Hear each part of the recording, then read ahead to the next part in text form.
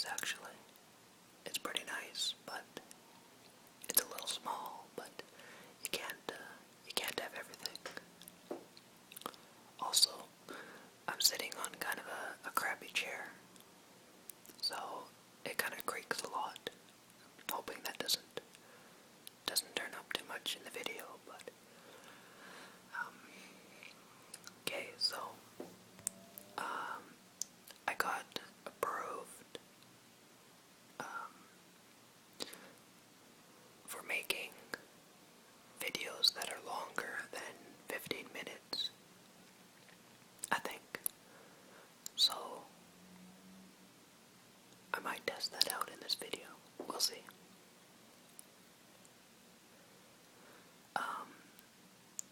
Okay, so a couple of weeks ago, I got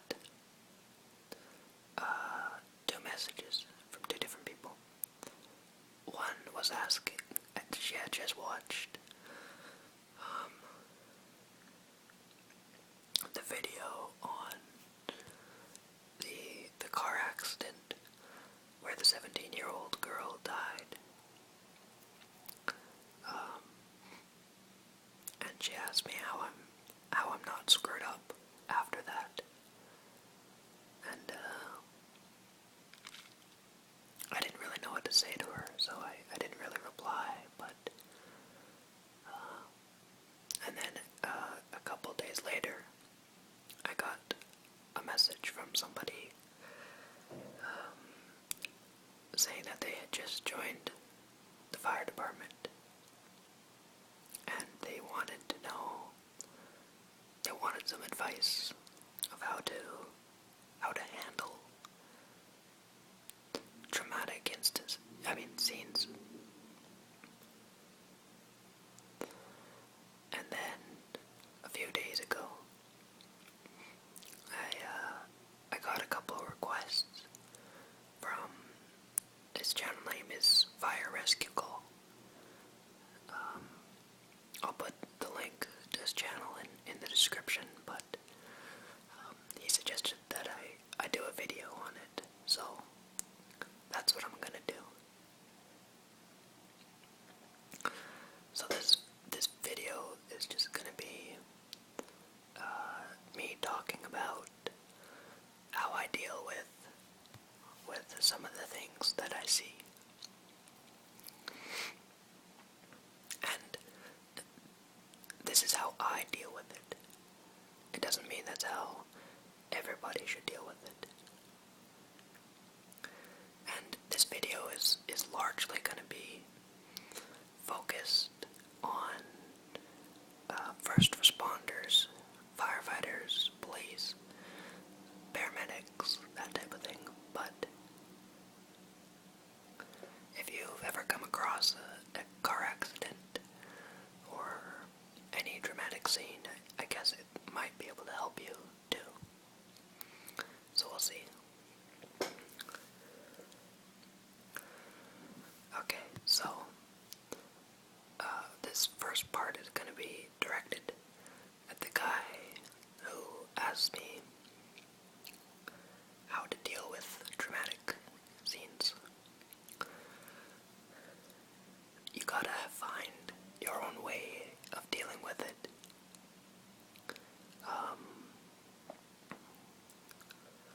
For me, when I first joined, I didn't know what to expect. I mean, I knew I'd have to see dead people and everything, but I thought I might be able to handle it. So, after it was about a month, and I had not gotten a single car accident yet, and finally I got one, and I wasn't really thinking, but as we started coming up on scene, I could see the vehicle, and this picture that you're seeing right now, that is the vehicle that I saw. That's a picture of my very first car accident.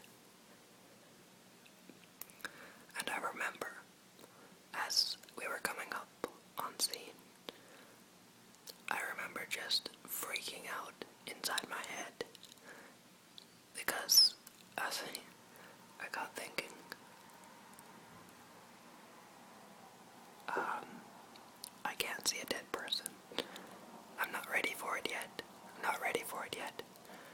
And I started sweating and I was freaking out. And you can see why. I mean, if you saw an accident like that in the picture, you would assume that the person is dead. But believe it or not, when we got up on scene, we started cutting the person out. And he was shaken, he was scared, but he was completely unharmed. He didn't even have one scratch on him. So, that's one thing. You have to prepare yourself before you get on scene. So,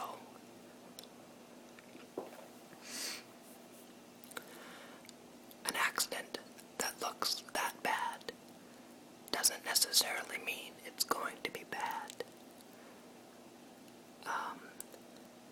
A lot of the times, yes, it is, but not all the time. For example,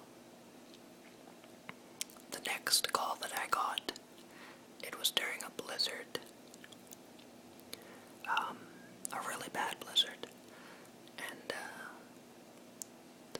we got up on scene, and there was just one, it looked like one vehicle had got stuck in the snow on the highway, and the other vehicle had just hit it from behind. No big deal. But I started doing my primary survey, and I couldn't find any of the drivers. So I asked the person who came up on scene where everybody was, and he was shaking.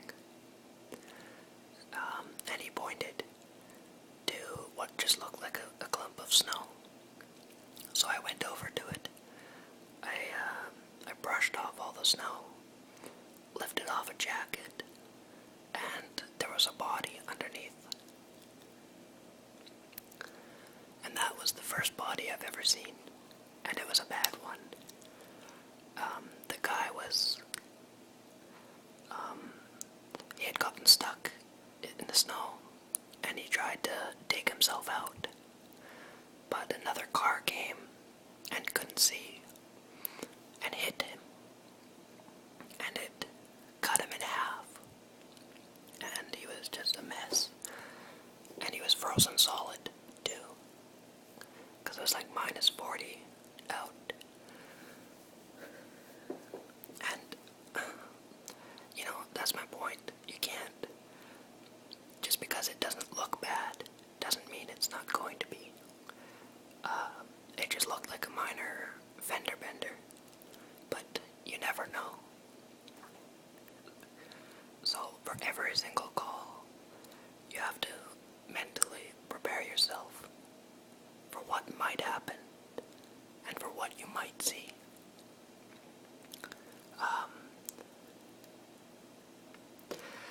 Now here's what I do.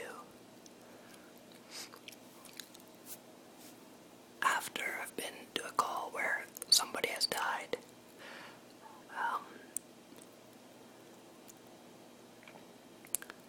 now you're gonna think that I'm a cold-hearted bastard, but I'm not. I don't think of them as human beings. I pretend that, you know, I don't even know what I pretend. I just don't think of them as humans.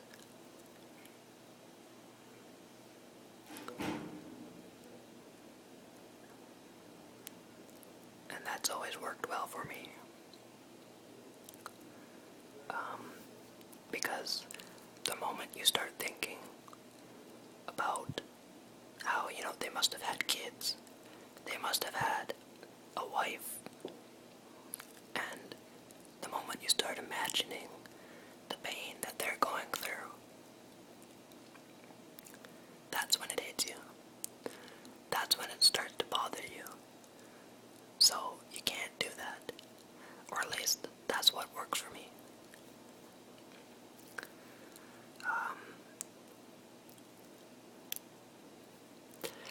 It's worked so far for me, and I'm gonna keep on doing it because, I mean, it's cold-hearted, but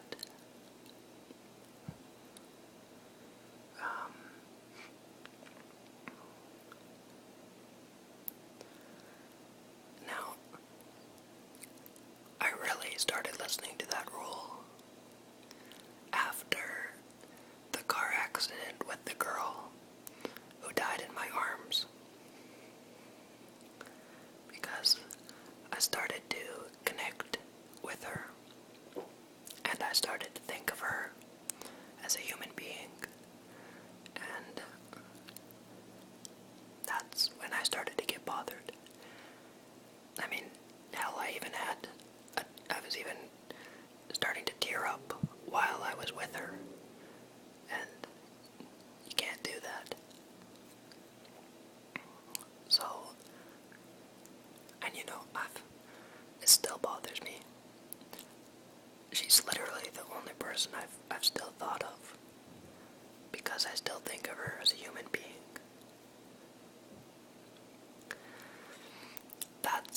That's my only advice. There's no fancy trick to it. And everybody has their own way of dealing with it. I just don't think of them as humans. I think, after a scene, a traumatic scene or a fatal accident, whatever, I just get home and literally pretend like nothing happened. And that may be a stupid idea, because I might just be bottling it up, and it could come back to haunt me in the future. I don't know, but for now that's what I'm gonna do.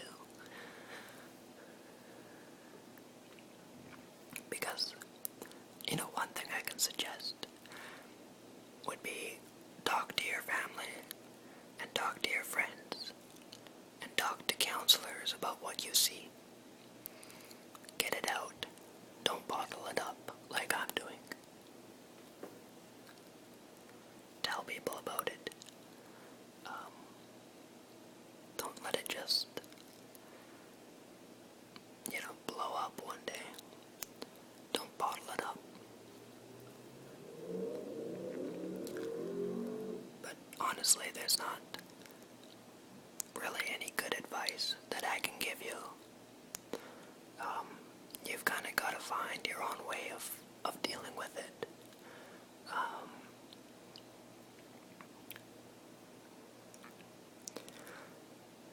Yeah, so sorry I couldn't be more help, but that's how I deal with it. It may not be a good decision, but that's what I do. And by the way, these last two pictures that you saw were just from training. The first vehicle, the one in the accident, that was the actual first call that I ever got. The one where the guy walked away without a scratch. And then the next two pictures are just from the training day. So yeah, guys, I'm gonna go. I gotta finish unpacking some stuff, so thank you guys for listening. And if you guys have any other requests, please send them in, because